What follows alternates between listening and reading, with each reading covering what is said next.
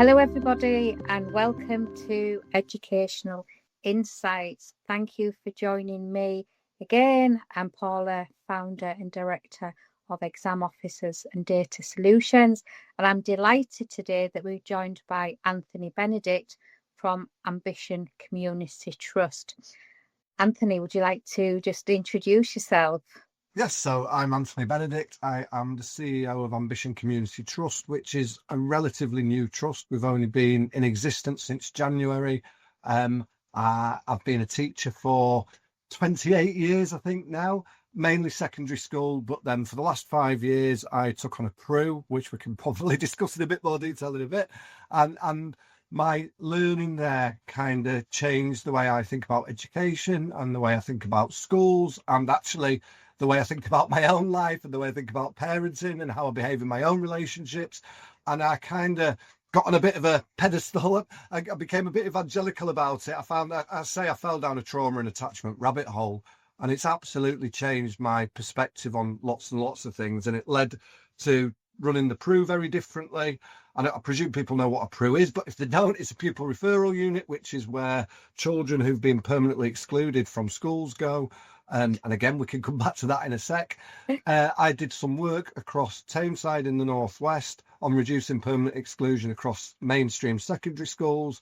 And as I said, we found a different way of working that meant I brought a group of schools together. So we've got some special schools, a PRU and 5 primary schools, and we've created a brand new multi-academy trust built on something that we call relational inclusion, which we think is a different way of doing things and maybe a way of changing the world. Oh, wow. I always say when people say to me about running the business, I've set the business 8 years ago, what have I learned? The most important thing I've learned is I've learned so much about myself, as well as running a business. When you said it's changed so many areas of your life, I know for me running the business, I've learned so much about myself, which is just incredible, really incredible. So you spoke about starting to work in the pupil referral unit and that, but that changed how you thought about things. Do you want to start from that? So if I backtrack a little bit before that, so I was an English teacher, and then I became a curriculum deputy, and then ultimately became a head teacher. And I was a deputy head at a school in a very challenging part of Manchester, really, really multicultural. And it's the only school I've ever worked in that I would have sent my own children to. There was no bullying, there was no racism. It was a huge, huge school.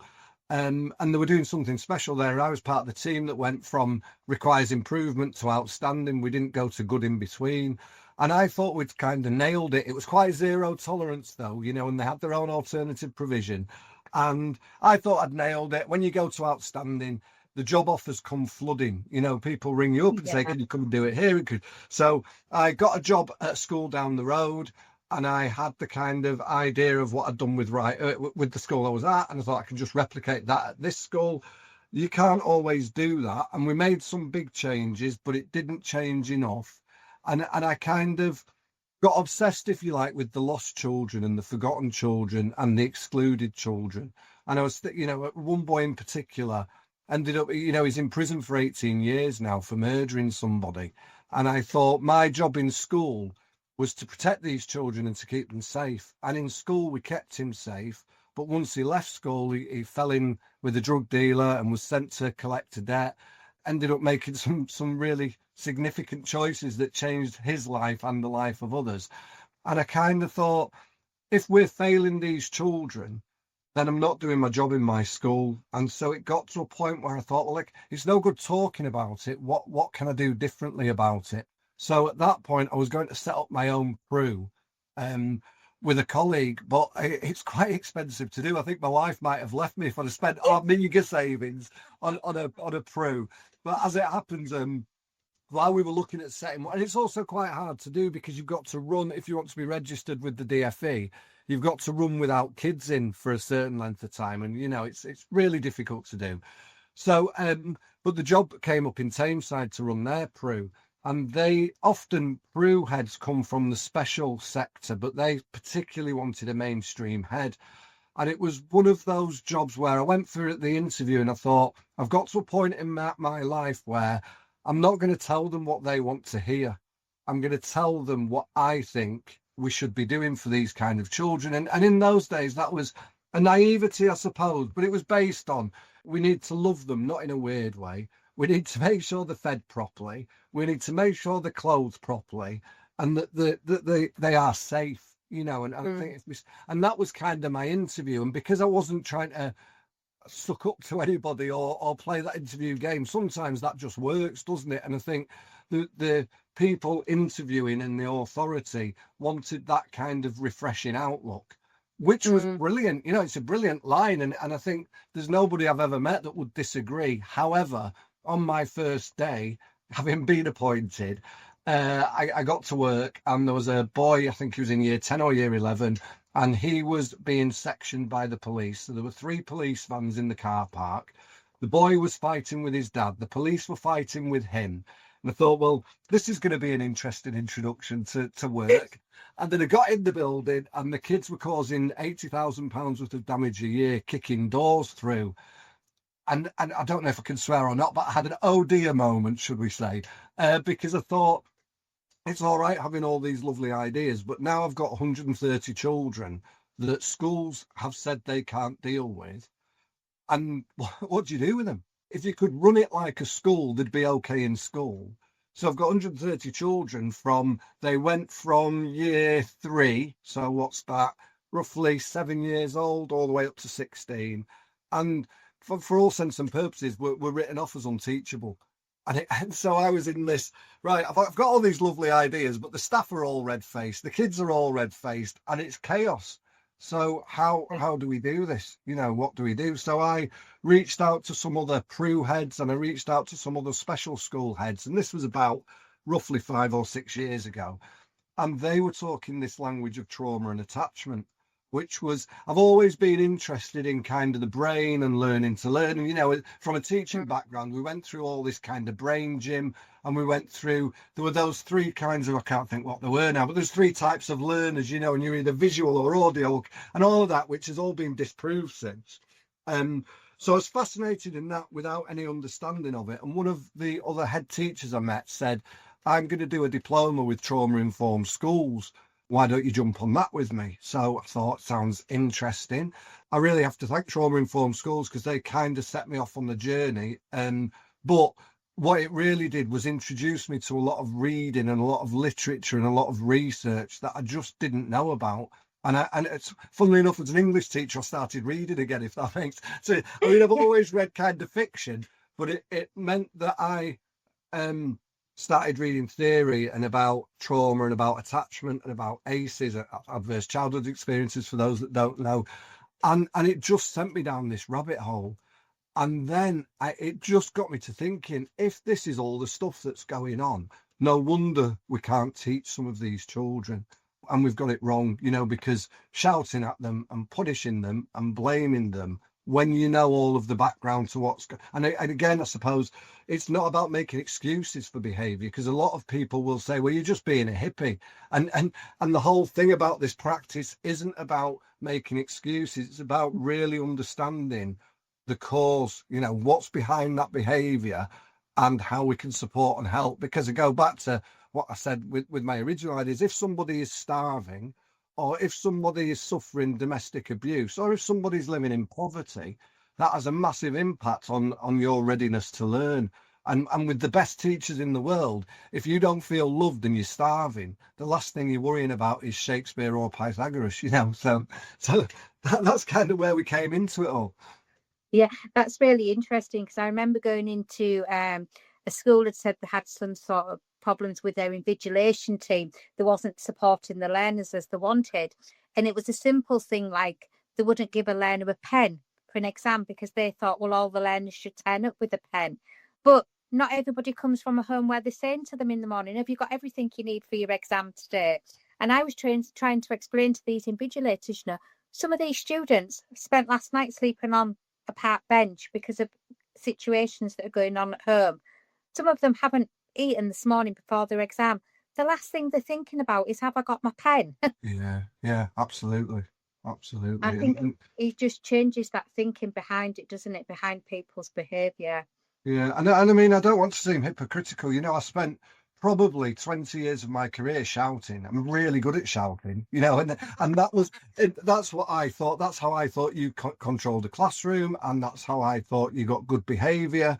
And to be fair, you know, behind all of that was really positive relationships. But I did used to shout at kids, you know, and now that I know the kind of damage behind that, if you take that kind of behaviour, I think lots of what we do with children, if we did it to adults, you'd think, what, you know, imagine if you got into work and you'd done something wrong and your boss pulled you in, stood sort of nose to nose with you and screamed in your face so that you could feel the spit.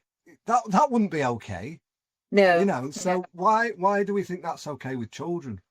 How do you see did you say you've got 7, 8 schools now in the trust? We've got 9 schools in the trust. Wow.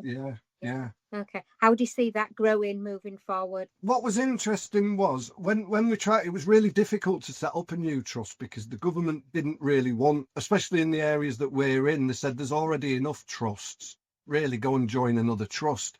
And we were saying, really, what we're doing is quite unique, and there's nobody else that's set up in the same way that we are. And we call it relational inclusion. And again, maybe we'll discuss why I use that as opposed to trauma and attachment. But when we started, there was just the Prue and some special schools, and the DFE said, well, you need a geographical base, and nobody will be interested, and it's not a strong enough idea. But I'd done a lot of work with Tameside, so what I hadn't done was a big sales pitch, and that's not really me, because I think, you know, if you want a salesman, then that's not what we're about anyway. You know that, and so I spoke to a couple of heads that I'd worked with on different projects and just said, look, this is what we're doing. And spoke to all of the schools were anti-academisation. I spoke to the first head and she said, we're in. She said, this is exactly what we believe in. You know, and it's this balance of academia and outcomes coupled with understanding and stability and emotions. And we all believe that you get all of that right and the learning will come. If you force the learning and the damage is there, they'll never learn. So actually, what I ended up with was a group of 9 head teachers who all have this same philosophy. And that's quite powerful, because it then meant we could start doing some quite creative and innovative things that other schools aren't doing. And equally, what we're crying out for in schools at the moment are EPs, so ed psychs and therapists and counsellors, and there just aren't enough of those by state-funded schools. It's just not available. And there seems to be this myth of, if we train one mental health worker in a school, that'll start changing things. Whereas our belief is, let's get everybody understanding this, and let's have almost a therapeutic community. So yes, we've got therapists, and yes, we've got counsellors, and yes, we've got EPs, but they're not working separately to the staff. And it isn't about a member of staff saying, I've got this problem with this kid, you deal with it. It's, as a school, what's going wrong? What do we do to do differently as a school? How do we make everybody feel safe and heard and seen? And then everybody can learn. And you know, what benefits, it isn't just the kids that benefit from that, because the staff are, you know, schools at the moment are really difficult places, and there's a lot of unhappy teachers, there's a lot of unhappy support staff, there's a lot of unhappy children. So we're starting with, how do we make that feel better? And so the interesting thing is, normally you go from 0 to maybe 2 or 3, but we've gone from 0 to 9. So just making that works interesting, you know, and it's brilliant. And I can't believe I'm fortunate enough to be kind of in charge of all of that. And we've got a lovely collaborative. So our view as well is, nothing's done to the heads and nothing's done to the children. Everything's done with, if that makes sense. Yes, so yes. you know, I go, if we have ideas, we don't go with a blank piece of paper. I go with a proposal of, this is what I think it should look like. And then we sort of pick the bones off it together and develop it into hopefully something quite special. Yeah, it sounds like you're building a huge community around the students. Yeah. And I mean, so we think they're a kind of, we base it on 4 key relationships, and that's the relation. It's interesting because it'll come back to something you said yourself, but it's the relationship the students have with the school. And that's about having an honest relation. So not, all the kids love it here, but do we really know what the kids feel like in our school from their point of view? And then the relationship between any adult working in the school, because again, some schools, that there are camps, you know, and some people get on and some people don't, and any line of work, and again there might be a gap between the teachers and the support staff and the support staff and the office staff. So are we transparent? Are we open about what that relationship's like? And if it's not a solid relationship, what can we do to adjust and adapt that? And then third is the relationship between the employed body and the leadership team. Because again, sometimes the school leaders will say, oh, our school's like this. And the teachers say, no, it isn't. And the office staff saying it's not even like that. And, you know, and then the kitchen staff would say it's not even like that. So how do we understand how everybody in our building is feeling? And are they supported, and are there structures and systems in place? The fourth relationship, and I think this is the most important one, is the relationship we have with ourselves. Because, and you know, it comes back to what we said at the start of the podcast, really, is that if you don't understand how you're feeling and therefore how you're acting, then the rest of the relationships don't really matter, you know. And I sort of we call it window of tolerance, but it's that, you know, some days you're having a bad day, you know, and I use the example of, I got up one morning and my cat likes to chew elastic. So she chewed elastic, or like my kids had left some, like, you know, those bracelet making kits. Oh, yes. Yeah. So she chewed a whole roll of elastic, but then obviously pooed it out. And so what we had was like poo bunting on elastic all around the kitchen, you know, and my wife was like, your cat has done this round the kitchen. So at 6 o'clock in the morning, I'm tidying that up. I think one of the children stood in it, and then before you get out the door, you're furious. But in the old days, I used to think it was like an omen, right? I'm going to have a bad day now, because that's a sign that it's going to be a bad day. And what I now know is that's your window of tolerance. Your window of tolerance is like, I guess the easiest way to describe it is how good you're feeling and how elastic that is. So on some days you feel brilliant because your window of tolerance is wide. On some days, when the cat's done what my cat did, it's narrow. And if you take time to recognize that, and then maybe, and this sounds a bit hippie-ish, but you know, if you decide just to have a couple of deep breaths and just to have a minute, then all of a sudden you think, right, actually that did happen. That's just one of those things. It doesn't mean the next thing and the next thing and the next thing are going to escalate. And equally, I suppose what we've put into some of our schools is we have a check-in in the mornings for exactly this reason. Because I think, especially when I was in the Pru, if you've got children who are dysregulated and they're going to get to school in a real state, and then you've got adults who are dysregulated, you're going to have fireworks by 10 o'clock in the morning. Yeah. Whereas if we have a check-in in the morning and we genuinely say to staff, and what we do is we do three things. So we say something silly like an icebreaker, you know, if you were a car, what kind of car would you be? And then we have a kind of scale 1 to 9 on how you're feeling. Because when we first did it, staff said, I don't want to tell you how I'm feeling. And I was like, that's not really what I'm asking. I'm asking where your window of tolerance is. Because if it's really broad, we're good for the day. If it's really narrow, we possibly need to do some work. And this isn't a blame thing, you know. So I had a member of staff that got to school one morning, and she was literally shaking. And so because we do the check-in and we'd recognise that she wasn't okay, I had a word with her. And what happened was she was driving to work. Somebody had been right up close to her bumper on the motorway. So she'd pulled in, and as they'd passed, she'd stuck her finger up. And she was quite ashamed by that. But then the car had slammed on in front of her to try to... So, you know, that puts you... That sends your nervous system all over the place. Yeah. You're in a bit of a state. And if somebody doesn't recognise... So what we can do then is think, right, she just needs 5 minutes. Let's go and have a cup of tea. Let's just give her 5... Because if we don't give that person that 5 minutes, then gradually their stress levels rise and rise and rise, and so as all of us do. So let's recognise in ourselves how we're feeling, what's going on that day, and whether we can do something to support each other about that. And then the last relationship is the relationship with our families and our communities. And so, you know, if you focus on those key relationships, I think that makes a massive difference to how schools operate and how you understand what's going on.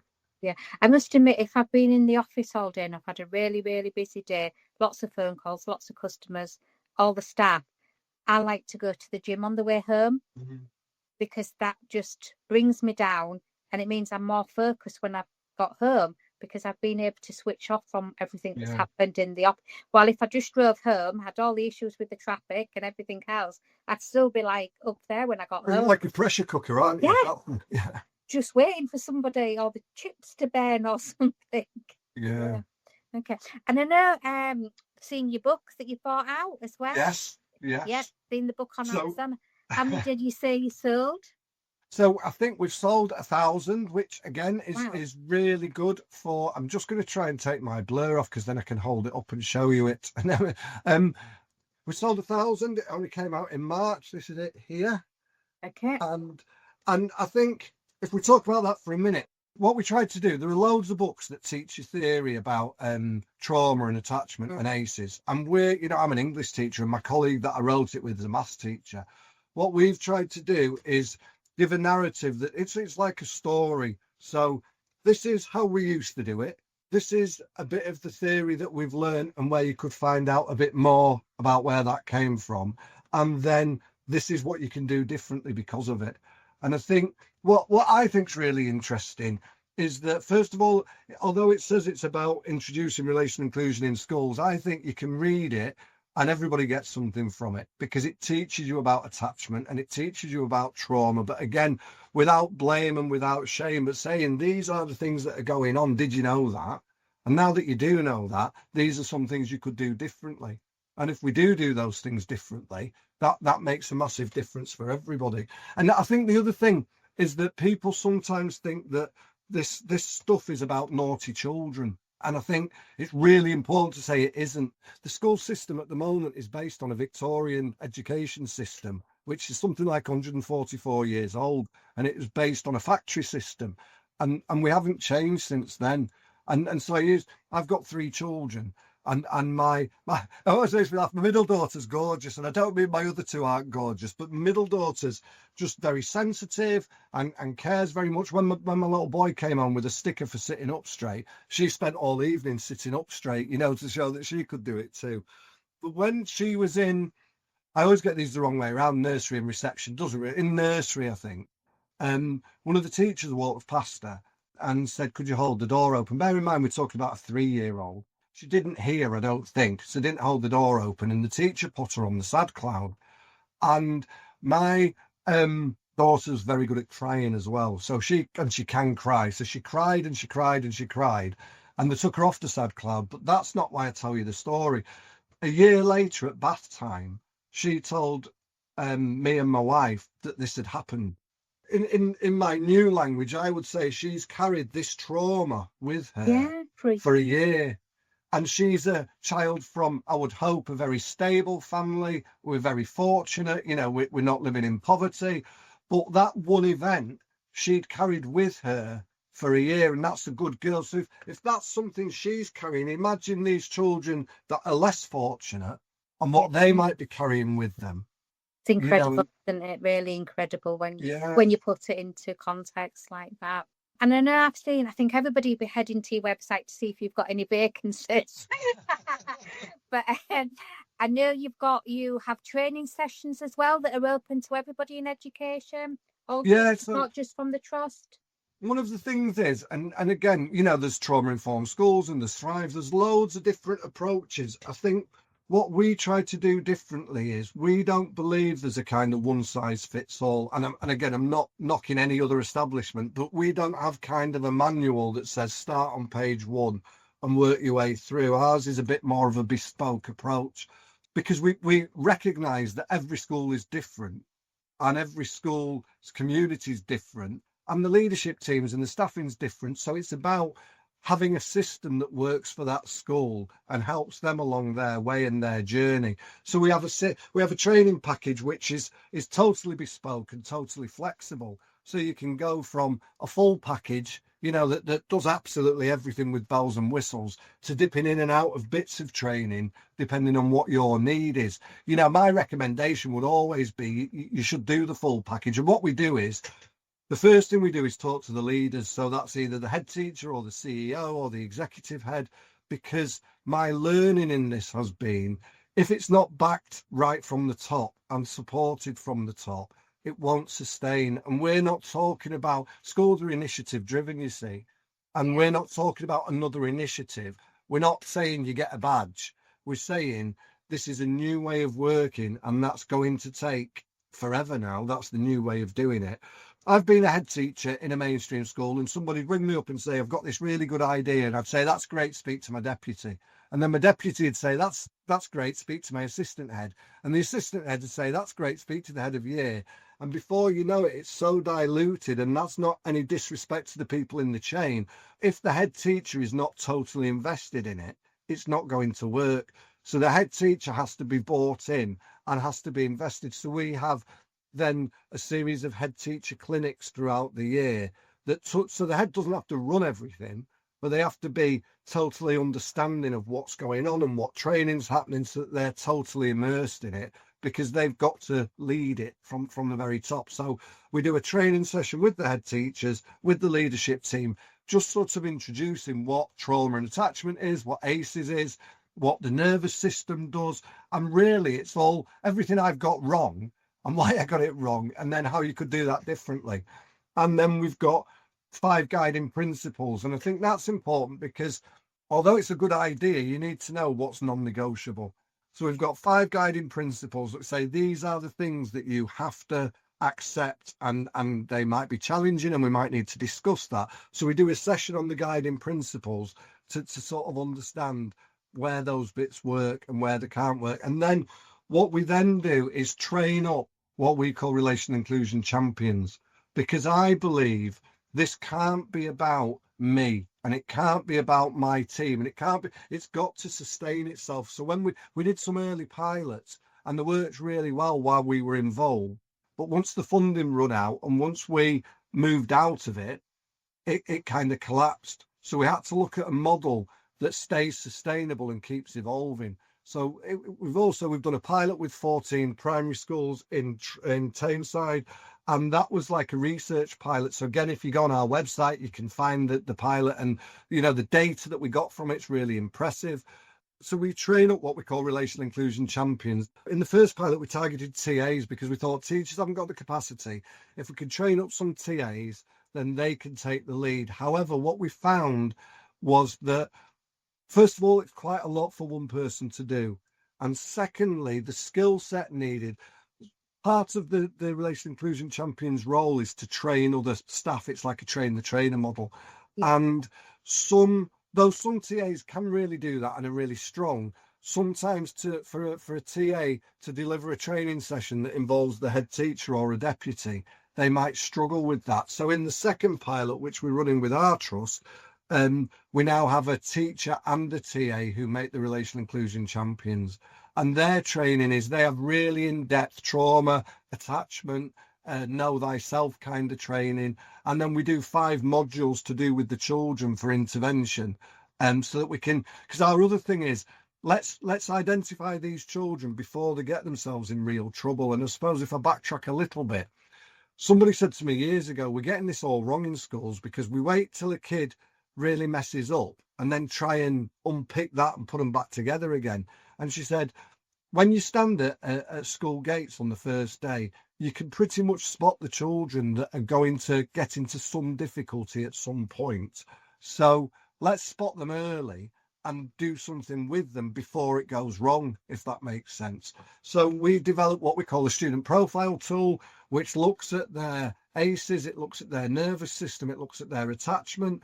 And from that, we build up a picture, and then we do some intervention with them so that hopefully we catch them before they fall or before anything actually goes wrong, and we can put them support mechanisms in place. The part of our training is how to identify those children and what curriculum to deliver for those children so that we can stop some of those problems happening.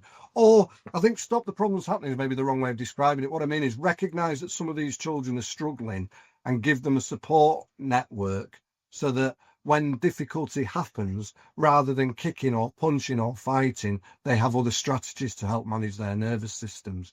So that's sort of one side. And then the other side is a training package for staff on how to get everybody else up to speed. And when we say training for staff, that includes the kitchen staff and the caretakers. It's not just a teaching body or a support staff body, it's the whole staff body, because everybody needs to do this and understand this. And we do an audit tool. And again, with our audit tool, it's not about giving you a score. It's just giving you a really clear picture of where your school is and what the next steps need to be, because some of this stuff's really mind-blowing, and you kind of think, I want to do this and I want to do this. And one school, the next day they took down all the behaviour boards and the school just went into... So it's kind of giving you a very clear, this is now the order you need to do things in, and this is the training you need to get there. Incredible. You are really changing lives with the work that you do across the trust. So just to wrap up our chat today, parents, guardians, carers, where can they go for support? So I think there's loads of stuff out there, and there is, but I think from our point of view, from a trust, my therapist always says we need to be doing this with the parents. And where I've held off is that until we had it right with the schools and with the staff, I didn't want to work with the parents. And that's because there's so many programs that tell you how to parent, and that's not what I want to do. And also I thought, if my staff aren't quite there, then you're going to give parents mixed messages. And so now that we are in that position, we're actually putting together a parental working party and then building a relational inclusion platform for parents. So it's a bit of a watch this space, but then there will be a kind of, I guess, like I said, this is how you do it as a parent. This is how you apply some of this stuff. And what we've done with some early pilots is we ran a session and invited parents in to watch their children in that session, look at so I suppose the other thing I've missed, we use 5 key pieces of vocabulary, and I think that's really key. And so we demonstrated that for the parents, and then so we showed the parents us doing it in action, sent the kids away, and then had a chat with the parents explaining, this is where this comes from, this is why we're using this method and this strategy. So that was one angle. And the second angle, we did a sort of parent self-help group where I got a therapist and a counsellor and a pastoral lead, and we got in touch with some of the parents who either we were finding it hard to reach or we knew were struggling. And what we did was invited them into school. But whereas normally when you get invited into school, it's because you're in trouble and you're going to get told. Yeah. What we did was, I suppose we followed the same. We gave them a safe space. We had a whole sort of set of stuff we were going to do, and we didn't need to do any of it because they just talked. And we had a parent who had had a really difficult time, but we knew them very well. And they came in to kind of talk at the other side of it and say, this is what might happen. This is where you'll get to. I stayed out of it because I thought I was the executive head then, and I thought I represent the authority that's probably causing them loads of problems. But after about 3 or 4 sessions, I got a knock on my door, and the therapist said to me, the parents want you to come in to this session. And I came in and they said, we just wanted to say thank you, because normally we're brought into school and we're told off, or we're humiliated, or we're shamed. And they said, you've invited us in and you've just listened to us. And you've given us a place and a space. And I think that's the model that we're looking to develop so that we've got relational inclusion for everyone. I have a friend who every evening meal with her children, they have the 3 H's, and it's, do you want to be helped? Do you want to be hugged? Or do you just want to be here tonight at tea? Yeah. And I think that's lovely. Well, thank you for your time, Anthony. We will put some links as well, so people can have a look at your book and see the fantastic work that you're doing on your website. But yeah, some incredible work that's going on there. So thank you for joining us. Thank you for having me.